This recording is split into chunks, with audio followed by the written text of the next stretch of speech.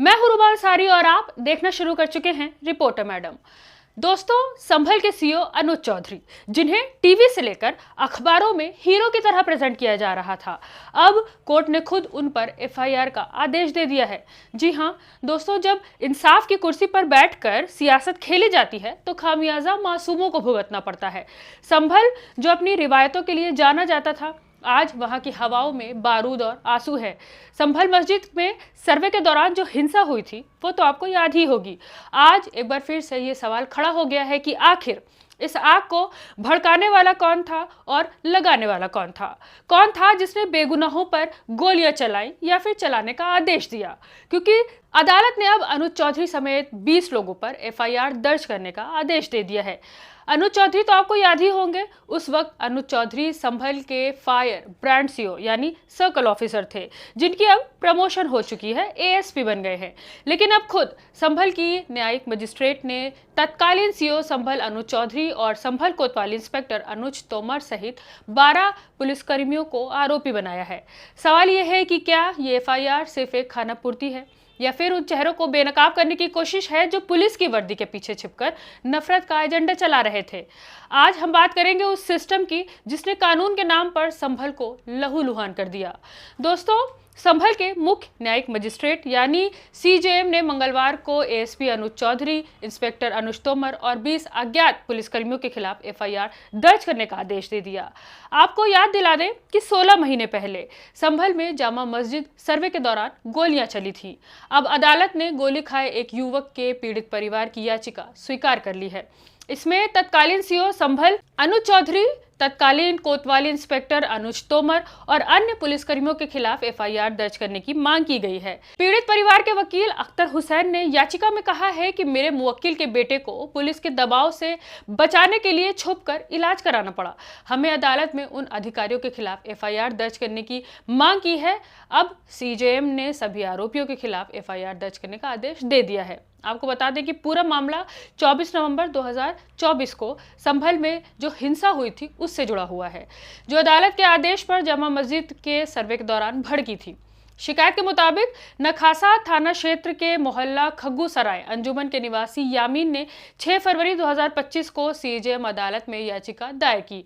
उन्होंने आरोप लगाया कि उनका 24 वर्ष का बेटा यानी 24 साल का बेटा आलम 24 नवंबर को टोस्ट बेचने के लिए घर से निकला था और शाही जामा मस्जिद क्षेत्र पहुंचते ही पुलिसकर्मियों ने उसे गोली मार दी थी। डिविजनल कमिश्नर ने दावा किया। सर्वे टीम अदालत के अधिवक्ता आयुक्त, जिला मजिस्ट्रेट और सुरक्षा कर्मियों की एक टीम के साथ सर्वे के लिए मौके पर पहुंची थी। आरोप था कि लोगों का समूह जल्द ही घटनास्थल पर पहुंच गया, नारे लगाए और पथराव करने लगा। हालांकि स्थानीय लोगों का कहना है कि सर्वे टीम के साथ आए लोगों ने जय श्री राम के नारे लगाए, मस्जिद में घुसने की कोशिश की। इसका भीड़ ने विरोध शुरू किया। इसके बाद पथराव हुआ। पुलिस ने तुरंत ही फायरिंग शुरू कर दी। इस घटना में 4 मुस्लिम युवक मारे गए थे। जो चौथा है उसकी मौत जो है वो बाद में हुई थी। पुलिस ने मारे गए लोगों के परिवारों से राजीनामा करने की कोशिश की और ना करने पर उन्हें फंसाने की धमकी दी। पुलिस ने दंगा करने के आरोप में 79 लोगों को गिरफ्तार किया, जिसमें 3 महिलाएं भी शामिल थीं। संभल कोतवाली और नखासा थाने में कुल 12 एफआईआर दर्ज की गई। 40 नामजद आरोपियों के खिलाफ मामले दर्ज किए गए, जिसमें समाजवादी पार्टी के सांसद जियाउर रहमान बर्ग, एसपी विधायक इकबाल महमूद के बेटे सुहेल इकबाल भी शामिल थे। साथ ही 2750 अज्ञात व्यक्ति भी। 18 जून को एसआईटी ने 23 लोगों के खिलाफ 1128 पन्नों की चार्जशीट अदालत में दाखिल की, जिसमें सांसद जियाउर रहमान बर्ग भी शामिल थे। हालांकि ये बात शुरू से कही जा रही है कि पुलिस की ओर से जबरन गोली चलाई गई थी, लेकिन क्योंकि सत्ता के नशे में सरकार चूर थी और समाज को दुरुस्त करने के बजाय धर्म के नाम पर वोट दुरुस्त किए जा रहे थे, तो ऐसे में मुस्लिम समाज की चिंता किसको थी? हालांकि कई सपा नेता समेत कई राजनीतिक दलों ने खुलेआम आरोप लगाए थे कि पूरा दंगा भड़काने के पीछे अनुज चौधरी का हाथ था। लेकिन अब कोर्ट के एफआईआर के आदेश के बाद ये बात साफ हो गई है, कहीं ना कहीं कुछ ना कुछ मामला गंभीर तो जरूर था। क्योंकि अगर मामला गंभीर ना होता तो किसी कीमत पर एफआईआर का आदेश कोर्ट नहीं करता। लेकिन सवाल यह है कि क्या प्रशासन को पहले ये दिखाई नहीं दिया जब अनुज चौधरी ने सत्ता के संरक्षण में कानून की धज्जियां उड़ाई थी? जब रक्षक ही भक्षक बन जाए तो जनता गुहार किससे लगाएगी? क्या संभल की हिंसा कोई अचानक हुआ हादसा थी या फिर इसे अनुज चौधरी जैसे लोगों ने बड़े ही शातिर तरीके से अंजाम दिया था ताकि लाइमलाइट में आ सके, हीरो बन सके। वैसे तो योगी सरकार दावा करती है कि उत्तर प्रदेश में राम राज है, दंगई प्रदेश छोड़कर भाग गए हैं, लेकिन संभल की सड़कों पर जो खून बहा वो किसका था? सरकार का ठोक दो कल्चर आज के सवालों के घेरे में है। प्रशासन ने जिस तरह से जामा मस्जिद के सर्वे के नाम पर जल्दबाजी दिखाई, क्या वो सिर्फ एक कानूनी प्रक्रिया थी या फिर किसी खास एजेंडे को थोपने की कोशिश थी? विपक्षी दलों का आरोप है कि सरकार ने जानबूझकर सांप्रदायिक माहौल को बिगाड़ने दिया ताकि सियासी रोटियां सेकी जा सके। जब लोग मर रहे थे तब प्रशासन की प्राथमिकता शांति नहीं बल्कि दमन थी। अब कोर्ट ने जब अनुज चौधरी समेत 20 लोगों पर एफआईआर दर्ज करने का आदेश दे दिया है, ये इस बात का सबूत है कि शुरुआती पुलिस जांच में कहीं ना कहीं झोल था।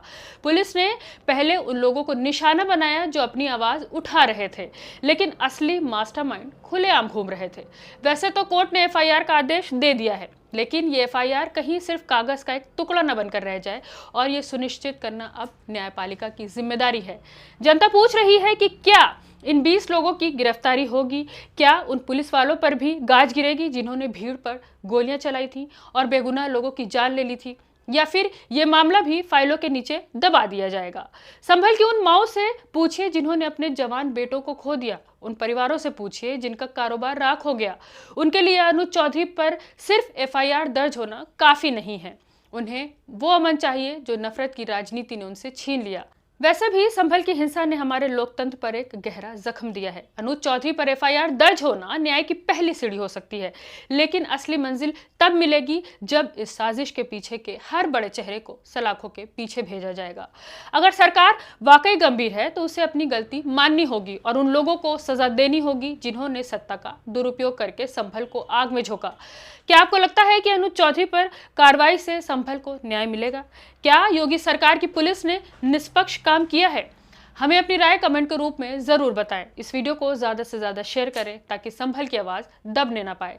देखते रहिए रिपोर्टर मैडम, मैं हूं रुबान सारी।